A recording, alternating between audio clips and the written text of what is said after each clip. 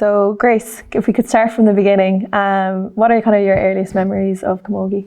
My earliest memories of camogie were probably in my back garden with my parents and my brothers. My mum and dad, I suppose, were crazy into GAA, especially my dad. He didn't really let us sit inside much, so we were always outside pucking with the hurling the sliotar as well. So that's probably my earliest memory, and that's at home. But then going down to my local club in Tullerone, there was a woman there, Breda Marr was her name, and she was mad to get a camogie team up and running because we didn't have one when I was younger. So she started the first ever camogie team in Tullerone. So they're probably my earliest memories. So when I got involved with Kilkenny first with the senior team, I think I was 16 or just turned 17. I suppose back then you were quite young when you were brought in. But yeah, you're always proud to represent your county, but I suppose what you're actually doing is you're representing your club. And with your club, especially mine and in Tullerone, we're very small, so we're a very close-knit community. And I suppose that's where you grew up, that's where you learned how to play. And when you play in your county team, you're representing your club, and it's an honour to represent your club on a county team. So I suppose that's kind of where it comes from. And after 3 kind of successive defeats in finals, you bounced back to win it in 2020, and you bounced back again from disappointment again last year to claim the All-Ireland this year. Mentally, I suppose, how do you kind of deal with those setbacks and those challenges? You learn the most from any loss that comes your way. So I suppose that kind of instills more drive and more passion to kind of do better the next time around. So I think as a team, we've become very resilient, and we're a very, very close group, and we have a really special bond in the Kilkenny setup. And I suppose you're kind of trying to do your best so that your teammates, I suppose, can reach their goals as well. So it comes from pride and passion, and I suppose always wanting to do better. So I think after 2021's loss in the semi-final, our management team were very good, and they gave us kind of a nice long break, I suppose, and we didn't get back onto the pitch until January as a group. And I think we kind of learned a lot from that year, and I suppose we won the All-Ireland in 2020, and we didn't have much of a break between that and the 2021 season.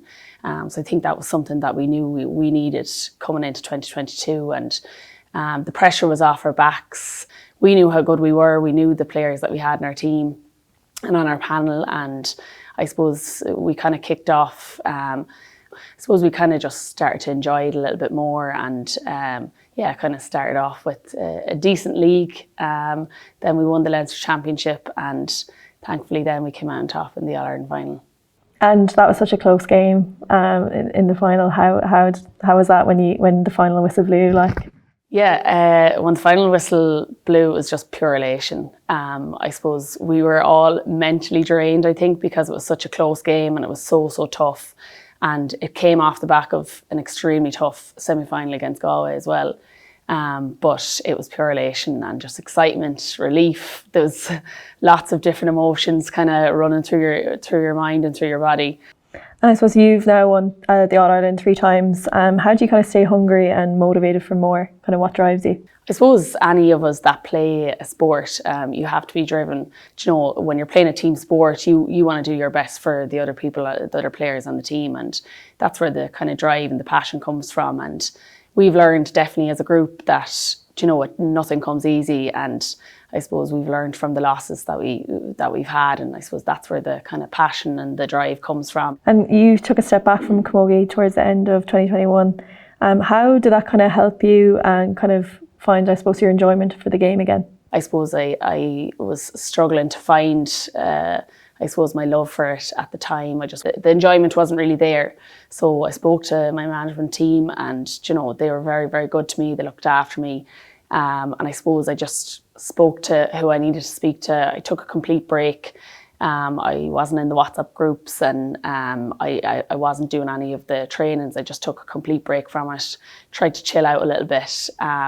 And that just kind of built up the want inside me again, and helped me realise that I did want to go back, and that the love kind of gradually just built up again, I suppose.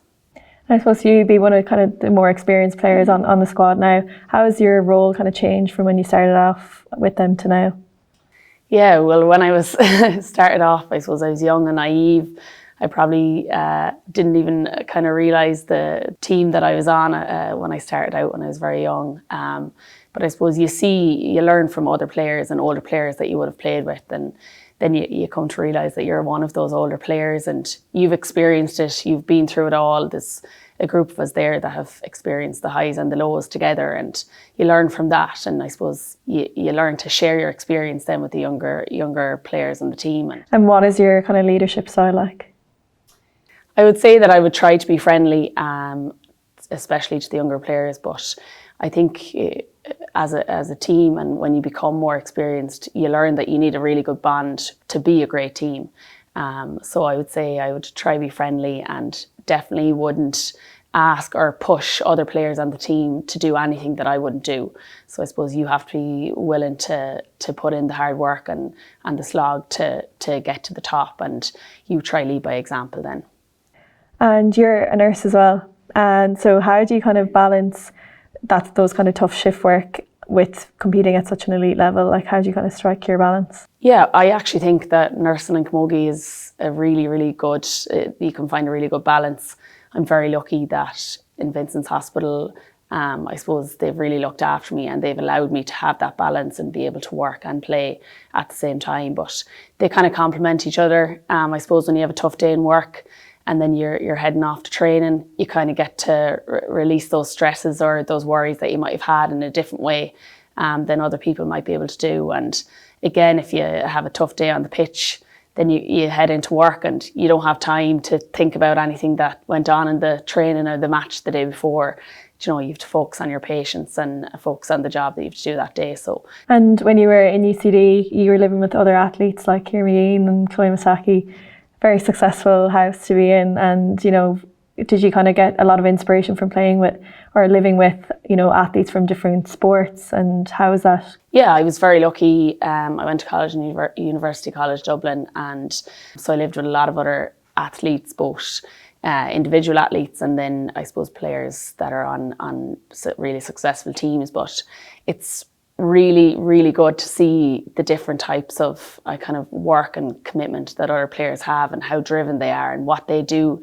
It's really inspirational to see how well they're doing, because back a few years ago when we were in college, you saw that the work and the commitment that they were putting in the background.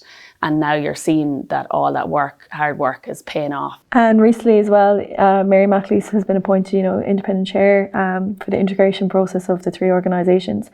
As someone who, is in the Camogie Association, how do you kind of think this can improve things from your point of view? Yeah, I think that integration would be a massive step, and I suppose the GAA are always all about community, and the same with the Camogie and the LGFA. It's all about community, and I think that means inclusion for everybody. And I think that we need to show younger kids, boys and girls, that when they grow up, that they will all be treated equally. And I think it will be a massive, massive step. And what it will do is it will promote the women's game more, because I suppose with more promotion comes more crowds. It's more competitive, which improves the game. And I just think that if the integration happens, or when it happens, it will be huge for both the GAA, the LGFA and the Camogie. I think for the sports, it will just improve them and improve the enjoyment of the game, I suppose. And PwC are the title sponsors for the Camogie All Stars this year, and they're committed to celebrating excellence. How do you kind of prepare yourself mentally and physically to kind of perform at your best? Yeah, I suppose in fairness to PwC, they've been incredible. They've got on board with the Camogie and the ladies football, the female side of things, which is brilliant. And again, we've seen improvement with that. But how do I prepare? I suppose I just try to look after myself a little bit. As a more experienced player now, I know when to put up my hand and say, look, I need a break, or I need to take time out, I need to go speak to somebody, or whatever it may be. But you just prepare by looking after your body, I suppose, eating right, sleeping right, but definitely looking after your mental health first. And then once that's okay, I suppose you're looking after the physical side of things, and then your teammates, I suppose that's what really helps you prepare as well, because you want to with a team sport, you want to make sure that as a team you reach your goal, and you can only do that when you have everybody, I suppose, at the top of their game and enjoying it. 100%. Thank you so much, Grace, for your time. Thank you.